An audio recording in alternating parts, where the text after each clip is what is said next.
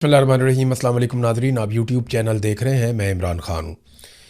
Nadreen, मैं आपको कुछ बयानात सुनाना चाहता हूँ सबसे पहले, क्योंकि अब लगभग 4.5 साल गुजर गए हैं पाकिस्तान में रजीम चेंज ऑपरेशन को। रजीम चेंज ऑपरेशन से पहले ये लोग किस तरह के दावे करते थे और कौन कौन लोग दावे करते थे, इनमें मैं आपको बयान सुनाऊँगा नवाज़ शरीफ का, शहबाज शरीफ का, इसहाक डार का, ख्वाजा आसिफ का और एहसन इकबाल का। उस वक्त ये लोग कहते थे कि इमरान ख़ान ने पाकिस्तान की मईशत का और पाकिस्तान के सारे इंफ्रास्ट्रक्चर का बेड़ा गर्क कर दिया, लिहाजा अब हम आएंगे, हमारे पास बड़ी शानदार टीम है और हम पाकिस्तान को वापस पैरों पे खड़ा करेंगे और उसके लिए हमें ज़्यादा वक्त नहीं चाहिए, हमारे पास बहुत तजर्बा, हम फटाफट कर लेंगे। इन्होंने बाद में किया क्या वो बाद में बताता हूँ, लेकिन इनके दावे उस वक्त क्या थे जब इमरान ख़ान की हुकूमत गिराकर जर्नैल इनके साथ मिलकर साजिश कर रहे थे और इनको इक़्तिदार में लाया जा रहा था, इनके मुकदमात ख़त्म करके। ज़रा ये इनके आप बड़े बड़े दावे सुनिए। पहले नवाज शरीफ। समझता हूँ कि हमारे पास अल्लाह के फजल करम से एक टीम है, तजुर्बाकार लोगों की टीम है।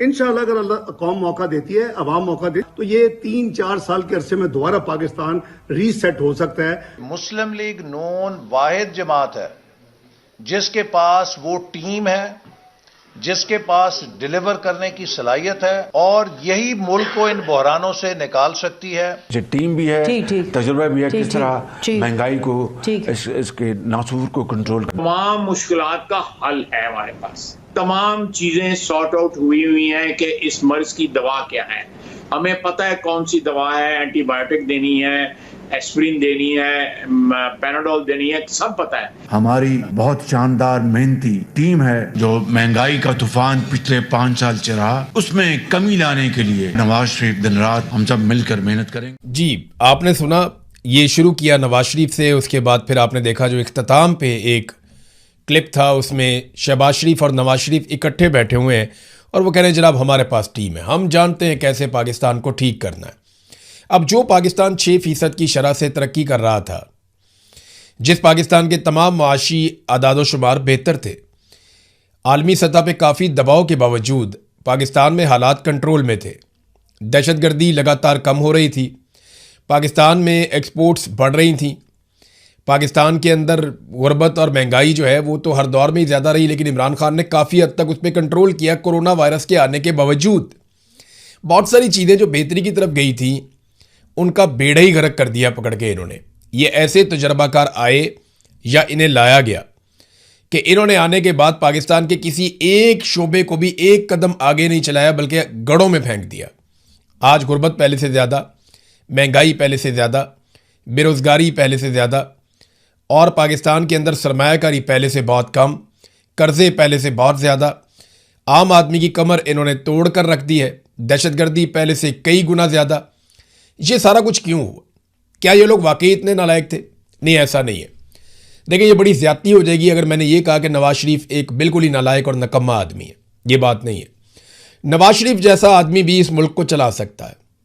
मैं तो ये कहता हूँ कि उस्मान बुज़दार को अगर 10 साल तक के लिए आप पाकिस्तान का वज़ीर आज़म बनाए और फिर उसे कोई फ़ौजी जर्नैल छेड़े ना, तो वो भी पाकिस्तान को कहीं ना कहीं पहुँचा देगा। सियासतदान जितना भी नालायक हो ना, वो जर्नैल से ज़्यादा काबिल होता है। सियासतदान नालायक तरीन, सबसे बदतरीन सियासतदान भी आप उठाकर लाएंगे ना, तो वो एक सर्विंग जर्नैल से बहुत ज़्यादा बेहतर होगा। उसकी वजह क्या है? वजह यह है कि जर्नैल बेचारा नौकरी करता है और उसको अपनी नौकरी से बाहर दिखाई नहीं देता, फिर उसको यस बॉस कहना पड़ता है बहुत सारी जगहों पे। बैरूनी आका भी होते हैं, अंदरूनी आका भी होते हैं, तो उसको चलना पड़ता है। फिर उसकी बड़ी महदूद सोच होती है, बहुत छोटी सोच होती है। जबकि सियासतदान, उसने पब्लिक को वापस जवाब देना होता है, वो अपने आप को अकाउंटेबल समझता है। उसे पता है कि अगले इलेक्शन में उसकी ऐसी तैसी हो जाएगी अगर उसने डिलीवर ना किया तो। उसे पब्लिक का खौफ भी होता है और वो कोई भी फैसला करते वक्त अवाम का मजमूई मफाद देखता है। तो सियासतदान हमेशा जर्नैलों से बेहतर रहते हैं। डिक्टेटर्स के दौर में पाकिस्तान में कुछ मंसूबे ज़रूर बने, लेकिन पाकिस्तान पीछे ही गया। अयूब खान ने गद्दारी का कार्ड सबसे पहले खेलना शुरू किया, याह्या खान ने मुल्क ही तोड़ दिया, फिर ज़ियाउल हक पाकिस्तान के अंदर क्लाशनकोफ और मंशियात का कल्चर लेके आ गया, फिर ज़ियाउल हक पाकिस्तान में मंशियात और क्लाशनकोफ का कल्चर लेकर आ गया, फिर उसने जहादियों की तंजीमें बना के खड़ी कर दी, फिर परवेज़ मुशर्रफ ने जी सबसे पहले पाकिस्तान का नारा लगाया और अमेरिका के आगे लेट गया और फिर अमेरिकन जंग को अपने मुल्क के अंदर धकेल कर ले आया। 70,000 लाशें हमने फिर उठा ली। तो हर दौर के जर्नैल ने पाकिस्तान को उल्टा नुकसान पहुंचाया। आज आसिम मुनीर क्या कर रहे हैं? वही कर रहे हैं सेम। आसिम मुनीर साहब का कोई फर्क नहीं है जो बाकी डिक्टेटर पाकिस्तान में करके गए, एग्जैक्टली वही काम ये कर रहे हैं। और जिन लोगों को लाए, देखें मैंने तो अभी सियासतदानों के आपको स्टेटमेंट सुनाए ना, असल में ये डिलीवर इसलिए नहीं कर पाए कि इनके ऊपर ठप्पा लग गया कि ये अवामी मुंतखब नुमाइंदे नहीं है। लोग इन्हें तस्लीम नहीं कर रहे। पाकिस्तान में इस्तेहकाम नहीं है। अगर इस्तेहकाम होता तो पाकिस्तान में कारोबारी ज़िंदगी चलता। अगर कारोबारी ज़िंदगी चलता तो टैक्स इकट्ठा होता। जब इनके पास ज़्यादा पैसे होते तो ज़्यादा बेहतर डिलीवर कर सकते। लेकिन ये सब कुछ हुआ नहीं। उसकी वजह यह है कि मिलिट्री एस्टेब्लिशमेंट ने पूरा का पूरा इलेक्शन चोरी कर लिया। इन लोगों के क्लिप तो आपने सुन लिए, लेकिन क्या आपको पता है कि आसिम मुनीर साहब ने कितने बड़े बड़े दावे किए थे जो अखबारात में छप गए थे? मीडिया में कई दिनों तक उसके ऊपर बहुत सारे टॉक शोज करवाए गए कि आसिम मुनीर साहब ने मईशत संभाल ली। कामरान खान साहब हैं, उन्होंने बहुत सारे ऐसे प्रोग्राम किए जिसमें उन्होंने कहा कि आसिम मुनीर ने कमर कस ली, आसिम मुनीर ने पाकिस्तान को संभाल लिया, आसिम मुनीर ने पाकिस्तान की मईशत को अपने हाथों में थाम लिया, और बहुत कुछ कहा गया। लेकिन हुआ क्या? कुछ भी नहीं हुआ। बेड़ा गर्क हो गया पाकिस्तान की मईशत का। ये दावे करते रहे और हम डूबते रहे। यहां तक सूरत हाल होगी कि ये सऊदी अरब और मुख्तलिफ अरब ममालिक के दौरे करके आए और उन्होंने कहा आकर कि मैं तो बहुत सारी सरमायाकारी लाने वाला हूं। ये ताजिरों से मुलाकात में फील्ड मार्शल आसिम मुनीर ने कहा कि मैं 100 अरब डॉलर पाकिस्तान में लाने वाला हूं, लेकिन 1 अरब डॉलर भी पाकिस्तान में नहीं आया सरमायाकारी के नाम के ऊपर। सरमायाकारी तो माइनस में जा रही है ना। लोग पाकिस्तान से पैसा निकाल कर, वो इनके अपने अजीज हैं मोहसिन नकवी, वो ये कहते हैं कि 100 अरब डॉलर तो पाकिस्तान से निकल गया 3 सालों में। आसिम मुनीर साहब ने कहा था कि 100 अरब डॉलर वो पाकिस्तान में लेकर आएंगे।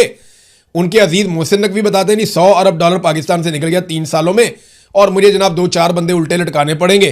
तो मैं आपको पता करके बता देता हूं कि पैसे कैसे वापस आएंगे, आप अंदाजा करें। ये इनकी सोच है। इस सोच के साथ ये लोग मुल्क चलाएंगे।